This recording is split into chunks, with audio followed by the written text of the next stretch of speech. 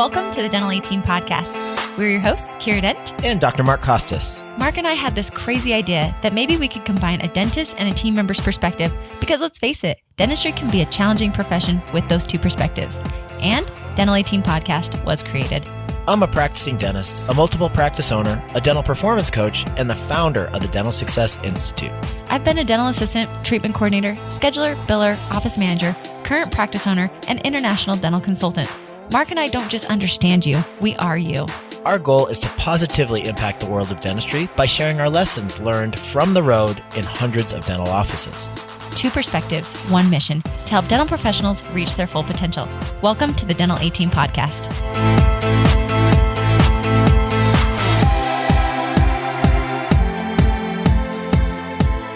Hello, Dental 18 listeners. It's Kiera Dent coming to you with Dr. Summer Cosmo. You guys are a huge fan of Dr. Summer Cosmo, and so am I. So, Summer, welcome back. Hi, how are you? I'm super good. How are you doing? I'm doing great. Good. Are you working in the office today? Are you working from home? Where are you today? Yep. So Tuesdays are kind of my admin days for my one location. So I try to get as much admin stuff, kind of visualization, big picture type stuff done on these days. So Tuesdays are your good days. I love it. Tuesdays are my good days. Where are you, Kiera? So I'm sitting outside. I have an appointment in about 45 minutes. So I'm sitting outside these people's homes, just looking like a creep on a microphone. So I feel pretty good I just wonder what this lady's doing. I mean, they're probably like getting breakfast ready or something. And there's some girl in her car on a microphone, but that's also me thinking I'm super important. And obviously people are watching me on a microphone in my car. So that's where I am right now. Right. They probably think nothing of it. Maybe it happens more often than you know. Maybe. I mean, there is the car karaoke that goes on now. I mean, in Vegas, our Lyft driver had the karaoke going on. So maybe they think I'm just sitting here practicing my solo for the ball. Right. Exactly. Yes. I can't wait. But so Summer, we've had some awesome traction with the past podcast, and I have just been dying to get you back on because you and I were brainstorming before we popped on the mics, and let's just dive into the KPIs because it's the KPIs of each department. But then in addition to that, we were talking regional, and I want to get into regional and office managers, but you have some real strong KPIs, and I'm excited because we chatted about those, and your topic today was how do you first get them on board with your vision, and then what do you do when they're not hitting those goals? So let's just dive right in because we've got a lot to chat about today. I know. Well, and what's funny is as long as I do it, I still keep finding that the more you can really simplify and hone in those KPIs, the better.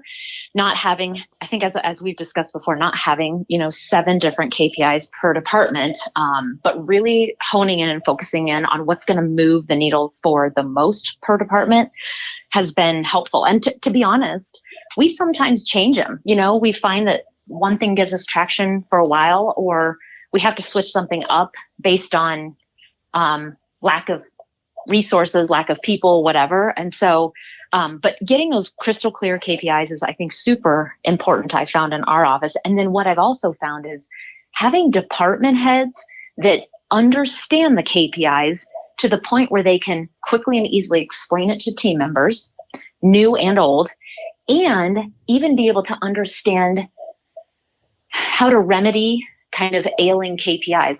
When they look at those, I used to find that a lot of times they just circle them as oh shoot, this isn't going well. But what they couldn't do was figure out kind of a diagnosis and a remedy to help those KPIs. They just didn't have that capacity. They got it. They just didn't know what to do with it. Sure. It was they didn't have a relationship with the numbers. They knew to track them, but it was the understanding. And to be completely honest, I didn't understand them either. Even as a business owner, a lot of times I'm I know I should be tracking this, but I don't really know what they mean. I feel like KPIs are almost reading a legend.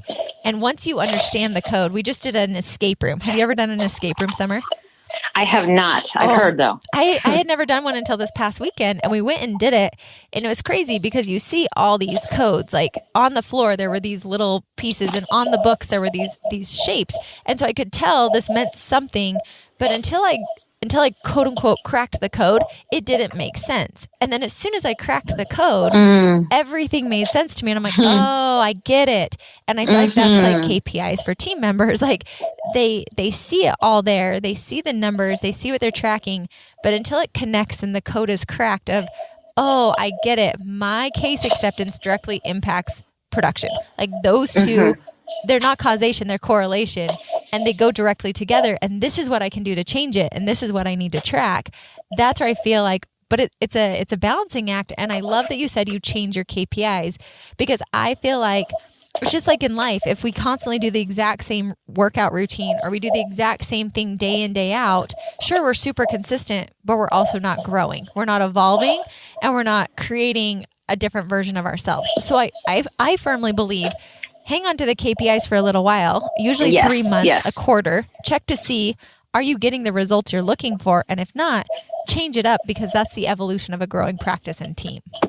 Yes.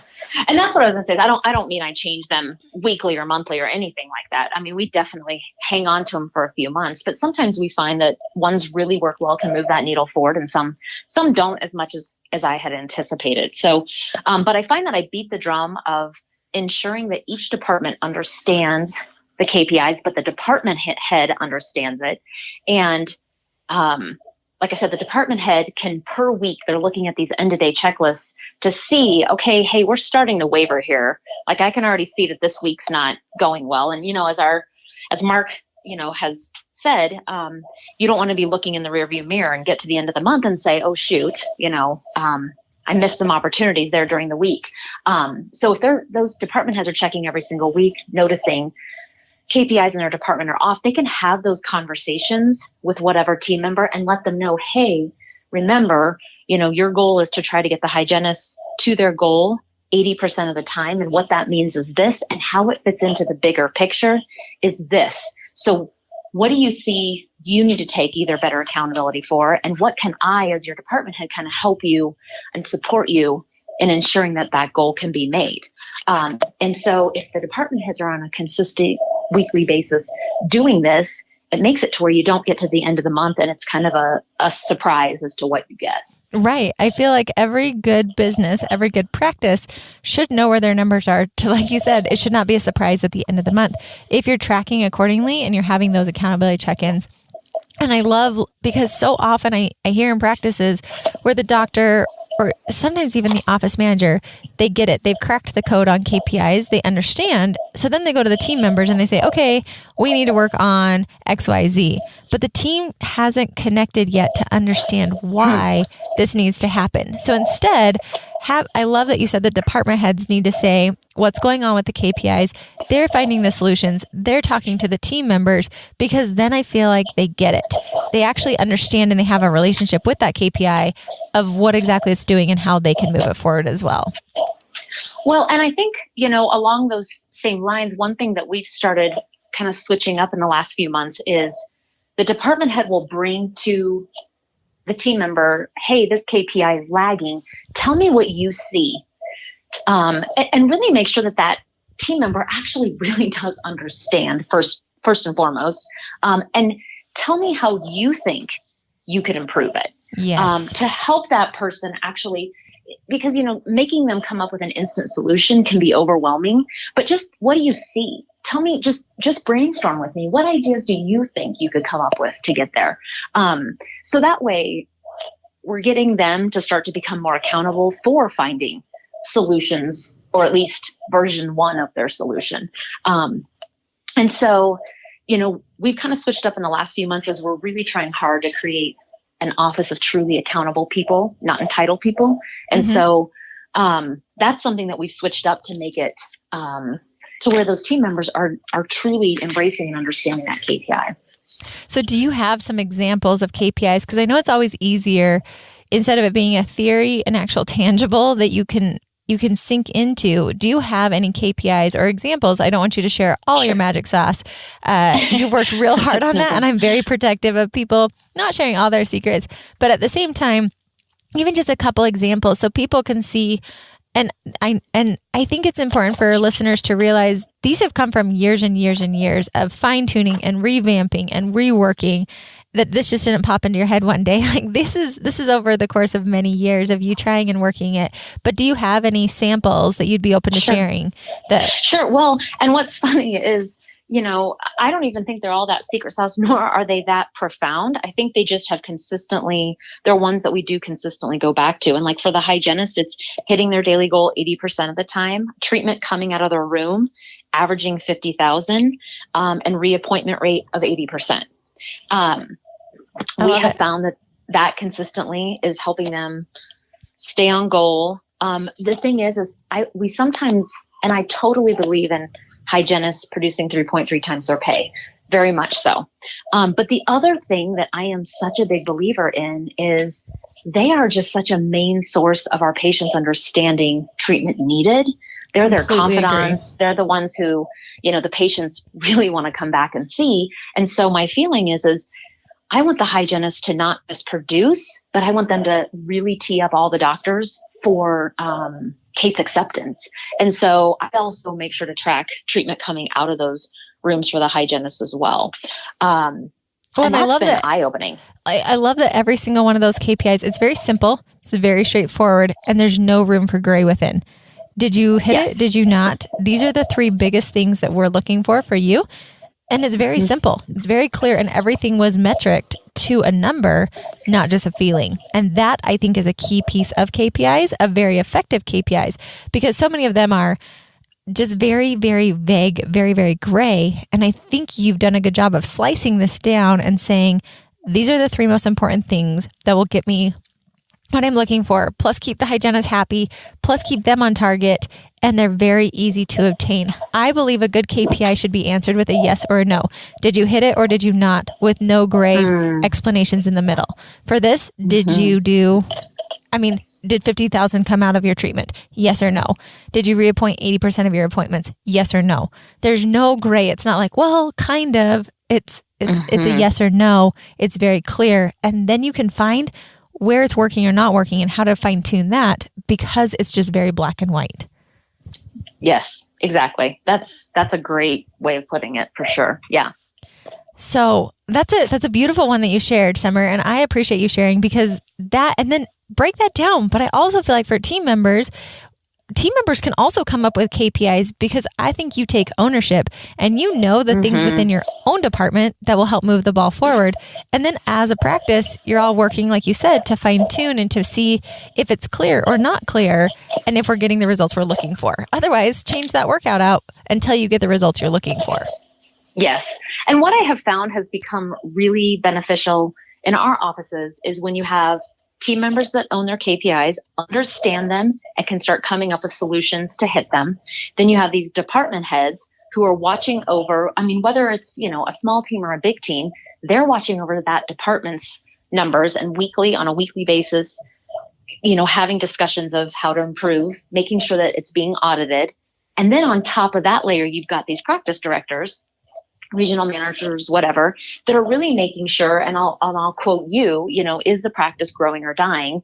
And this practice director is now kind of watching over the entire practice, or practices, and ensuring that each department head is being audited almost as well. Exactly. And I love that you took it to that level. I love that you broke down all the layers to get to a successful practice. Summer, you run very successful practices that are just tight niche, but also empowered. They have a good culture. So I think that's an important piece as well, to point out that you can have a fantastic culture and still keep them accountable through KPIs.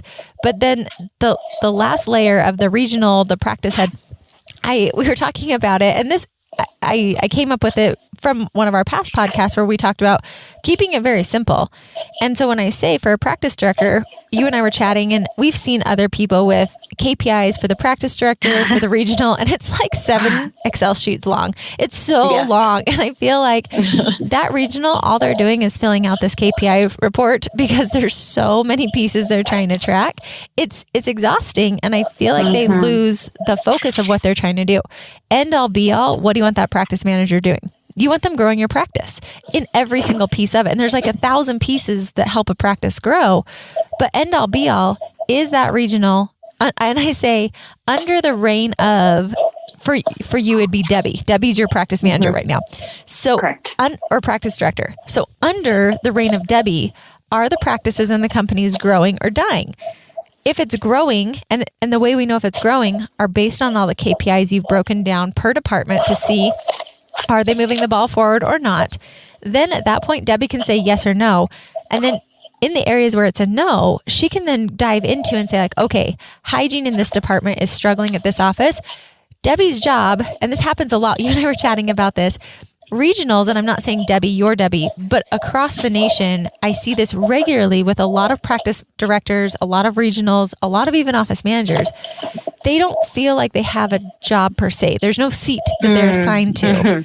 And so instead of looking at the practice, assessing all these things, is it growing? Is it dying? And if it's dying, I need to go and help train that head department, not do it for them, but train them so they can get their whole department rising.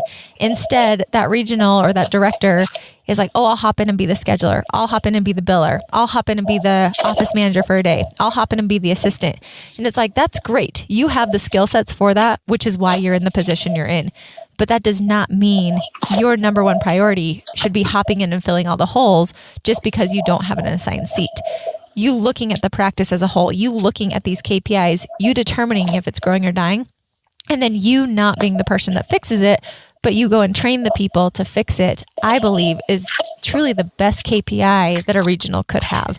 And then you take it down a step further and say, okay, it's dying. What did you do to train or to elevate or to fix without you being the one that's fixing it, that broken piece? Because I know if you train somebody, it'll get fixed much faster than you trying to plug all the thousands of holes within a practice.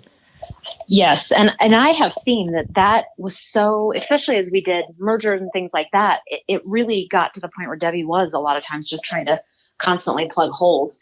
And now we're kind of back into the position here once the dust has settled of having her just be able to oversee kind of those different departments and truly going and listening to all the treatment coordinators and making sure, okay, are they all calibrated? And then going and listening to the hygienist. Do they, is our, we have kind of a form for every exam so that we do all of the exams pretty similarly. Are they all sounding the same? Are they all using the exact same verbiage and things like that? And what I find is when they get put in that position, truly things run so much smoother. It's when they are plugging holes that, I know myself, I then have to reinsert myself into doing a lot of those things. And so as you and I have discussed, I think, Debbie has gotten really good at onboarding much, much, much more specifically and clearly with really clear expectations. That has helped significantly. But when she has the time and the bandwidth to do that, then the department heads are set up for success. The department heads can take this really well-prepared person and put them through the 30, 60, 90-day expectations. And then that makes the department head's job easier. And then ultimately that makes Debbie's job easier.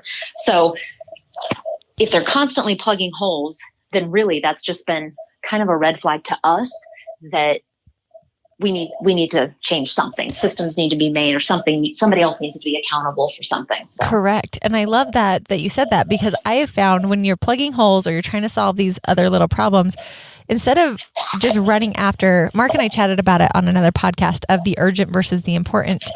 And when you're running after all these urgent things, that's a good time for you to stop and realize, okay, I have a broken system.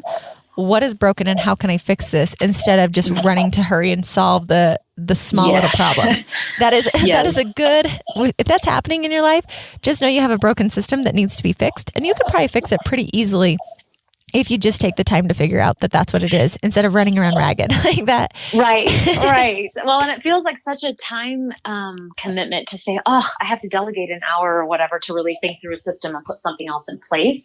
And really, it saves you just oodles of time, obviously, in the long run, when you can just create a better system versus continually band-aiding a bad system. And, the other thing is, we were at the summit, the other weekend, and I brought my department heads, and we were all kind of, we love those meetings to really sit and kind of get back to kind of our baseline, to really connect with each other. And we were sitting there and talking, and, something that came up was, what we don't want to do also is be, I think, creating systems or creating solutions that long-term aren't even sustainable, because all we're doing is placing Band-Aids on there because somebody doesn't want to take accountability or somebody doesn't want to really show up in a certain area. So we allow that to happen. We create these Band-Aided systems that really long-term aren't sustainable.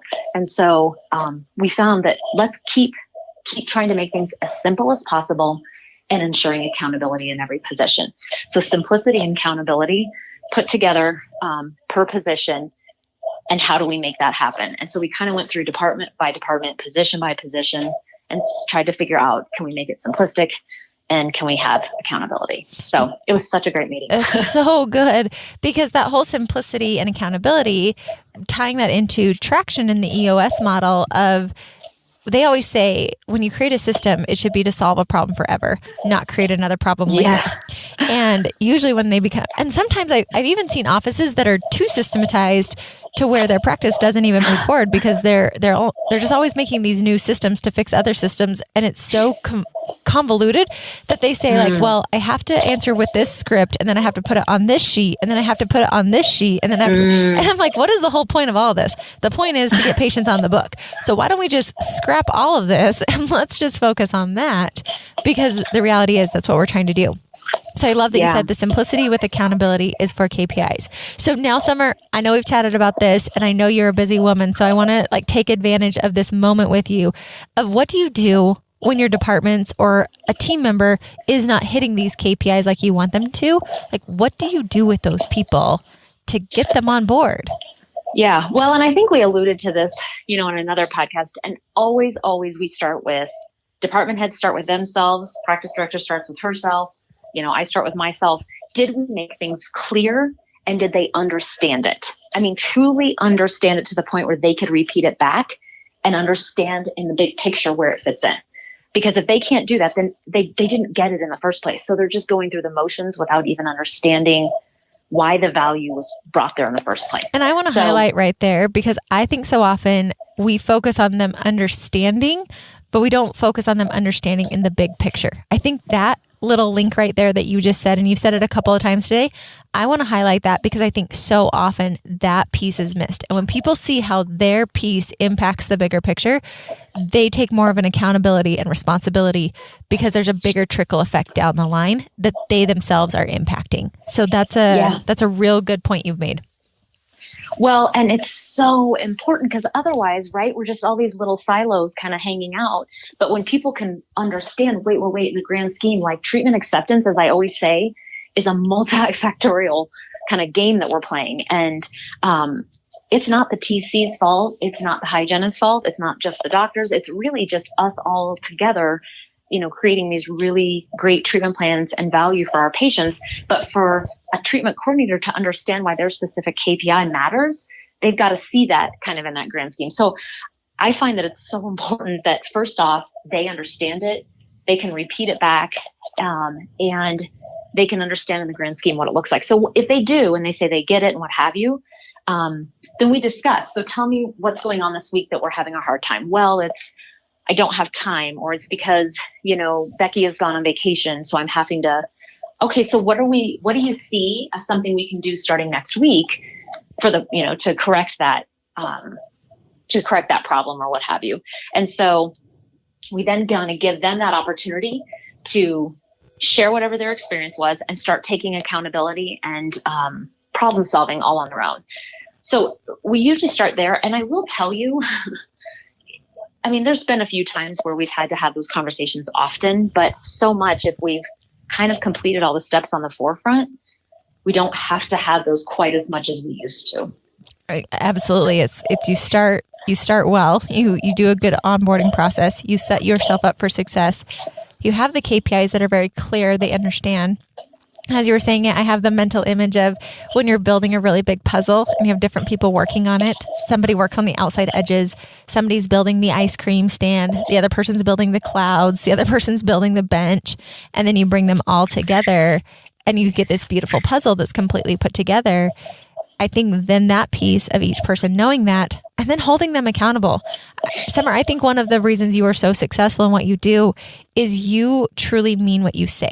If you say we're going to have this meeting at 4:00, you are there on time, 4:00, we have that meeting. If you say, I expect you to be accountable to this, I'm holding you accountable to this, you follow through with what you say.